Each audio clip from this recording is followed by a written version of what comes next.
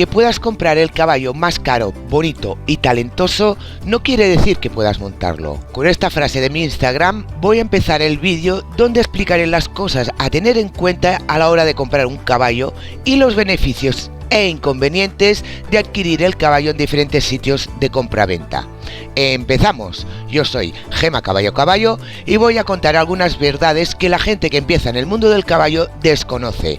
También hablaremos de lo que hace subir y bajar el precio de un caballo. Hay varios sitios para poder comprar un caballo. Yo voy a hablar en general, pero eso no quiere decir que todos sean iguales. Cuando nos decidimos a comprar un caballo queremos uno que sea bueno, bonito y barato, algo que en este mundo es muy difícil de encontrar.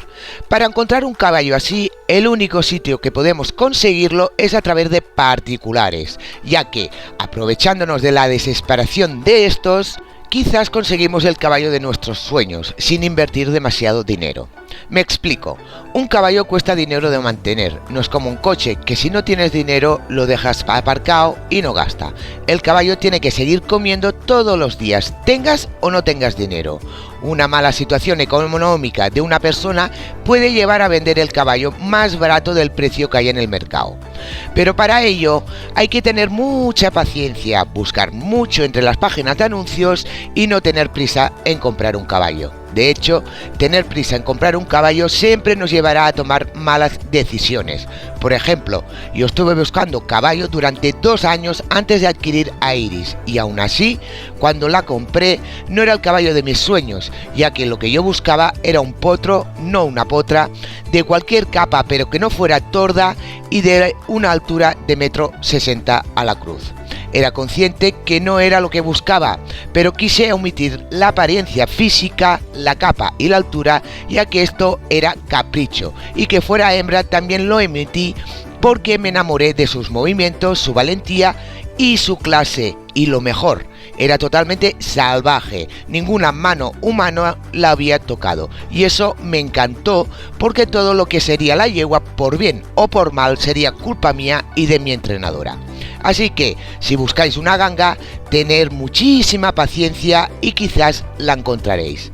Si en cambio queréis ir a lo seguro y buscáis un caballo de raza y bueno, lo mejor es ir en una yeguada. Pero claro, allí los precios se disparan. Primero, porque depende del renombre de la yeguada. Segundo, porque criar un caballo vale mucho dinero. La inseminación, criar el potro hasta los 3 años y luego la doma. Son 4 años como mínimo de meter dinero a un potro que cuando se venda hay que recuperarlo. Por eso sale más caro comprar en estos sitios. Pero normalmente en estos sitios no te engañan, ya que prefieren no ensuciar el nombre de la yeguada. Luego están las hípicas.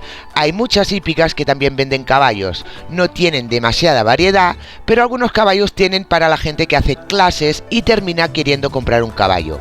Si eres cliente habitual de la hípica y compras el caballo para quedarte en esa hípica, posiblemente tampoco te engañen, ya que no buscan problemas en su negocio. Además, tienes la posibilidad de probar el caballo varias veces antes de comprarlo. El precio del caballo será más o menos el que hay en el mercado, pero si dejas el caballo en la hípica a pupilaje, posiblemente te bajen algo el precio, porque lo que les interesa es tener pupilajes que les dé dinero. Si lo que buscas es un caballo bueno, con doma y no sabes dónde recurrir, están los intermediarios, gente que tiene contactos y se dedica a buscar el caballo que tú quieres. Tú das un presupuesto de lo que te quieres gastar, qué clase de caballo buscas y el intermediario buscará entre sus contactos el caballo que mejor se adapte a ti. Pero claro, el trabajo de este intermediario hay que pagarlo, por lo tanto buscará el caballo más barato para poder llevarse su comisión. Normalmente la comisión es de un 10% del valor del caballo. Si el caballo vale 10.000 euros, se llevará 1.000 euros, pero eso ya depende de cada intermediario y de cómo vea el cliente para que este tanto por ciento sea más elevado. Estos intermediarios suelen tener de contactos a tratantes, gente particular y gente que compra caballos iniciados o sin montar y los doma y los pone a la venta. Luego están los sitios donde compran los caballos y los doman para venderlos. La doma se paga y gente que sabe domar y tiene un sitio propio donde tener los caballos, lo que hacen es comprar lo que ven que puede tener salida y mientras no se venden los van montando para ir subiendo su doma y así poder subir el precio del caballo. Y por último están los tratantes de caballos. En todos los sitios mencionados anteriormente, si eres novato en este mundo, siempre es aconsejable ir acompañado de una persona que entienda de caballos para que no te engañen. Pues en los tratantes, mejor ir acompañado de 5 personas que entienden de caballos, ya que es el sitio donde suelen engañar más. Repito, hablo en global, eso no quiere decir que todos sean iguales. Los tratantes son personas que aprovechan oportunidades, eso quiere decir, cuando necesitas vender un caballo deprisa por el gasto que te supone, llamas a un tratante y te lo compran. Eso sí, a un precio muy bajo, pero esa gente compra todos los caballos, estén sanos, lesionados, resabiados, prácticamente lo compran todo. También compran lotes de caballos, o sea, quizás alguien cierra una hípica y necesita vender todos los caballos que tiene. Llamas a un tratante y te los compra todos, y quizás solo le interesa uno de los 10 caballos que ha comprado, pero al comprarlos tan baratos ya les sale a cuenta. Muchas veces cuando vas a comprar a un tratante, y sobre todo si es un tratante grande, te vende un caballo que ni siquiera sabe cómo es, ni cómo va montado, ya que al comprar lotes no preparan ni montan a los caballos para su venta, solo se dedican a los que especialmente ven que pueden sacar dinero. Si tienen caballos cojos, los infiltran y te los venden como sanos, y si son caballos resabiados y tienen la suerte que cuando los pruebas no hacen nada, te lo venden y luego ya te encuentras el problema en casa. O caballos con problemas de conducta, si ven el problema que tienen, procuran no provocar situaciones que salga ese problema cuando tú vas a ver el caballo. Ahora sí, los tratantes saben vender, tienen un pico de hora a la hora de hablar de caballos, se dedican a ello, son comerciales de caballos y muchos te dicen: pruébalo y si no te va bien te lo cambiamos, pero este cambio suele ser por un caballo de un precio inferior y te piden que tienes que poner algo más de dinero. Repito y puntualizo, todo lo que explico aquí es mi experiencia desde España. Evidentemente no conozco todos los sitios, así que no todos tienen que actuar así. Algo muy importante antes de comprar un caballo, hazle una revisión veterinaria. No quieras escatimar en dinero porque si compras un caballo que no está bien de salud, tendrás un gasto mensual sin poder disfrutarlo y a ver cómo vendes un caballo que no se puede montar para recuperar tu dinero. Una vez sabemos dónde recurrir para comprar un caballo, vamos a ver en qué nos tenemos que fijar a la hora de adquirirlo. Hay varios factores. Primero hay que pensar en nuestro nivel de equitación, ya que influye mucho para comprar un caballo que nos vaya bien. Una persona que está empezando o que tenga miedo, no es muy bueno que se compre un potro, un caballo chisposo o asustadizo. Después no tenemos que preguntar para qué disciplina destinaremos el futuro caballo, ya que depende de esto que nos fijemos en unas cosas u otras. Por ejemplo, si lo que quieres es un caballo de rutas, tienes que buscar un caballo valiente, de sangre fría y con resistencia si tu intención es hacer rutas bastante largas. Los movimientos que tenga el caballo será lo de menos. En cambio, un caballo destinado a la doma, lo que se suele buscar es que sean caballos que no sean muy largos, preferentemente con la cruz un poco más alta que la grupa o como mínimo al mismo nivel que la grupa, pero nunca la grupa más alta que la cruz, ya que dichos caballos no serán muy difíciles ponerlos en cuesta arriba. Los movimientos importantes en la doma se concentran en los posteriores, ya que un caballo que por naturaleza ya meta los pies y tenga más fuerza en el tren posterior, será más fácil poder reunir y por lo tanto más fácil de enseñar los ejercicios avanzados de doma. Si el caballo lo quieres destinar a salto, tienes que buscar que sean altos, ágiles, ligeros y con fuerza en los posteriores, aunque seguro que me dejo alguna cosa ya que yo no practico esta disciplina y tampoco estoy muy informada.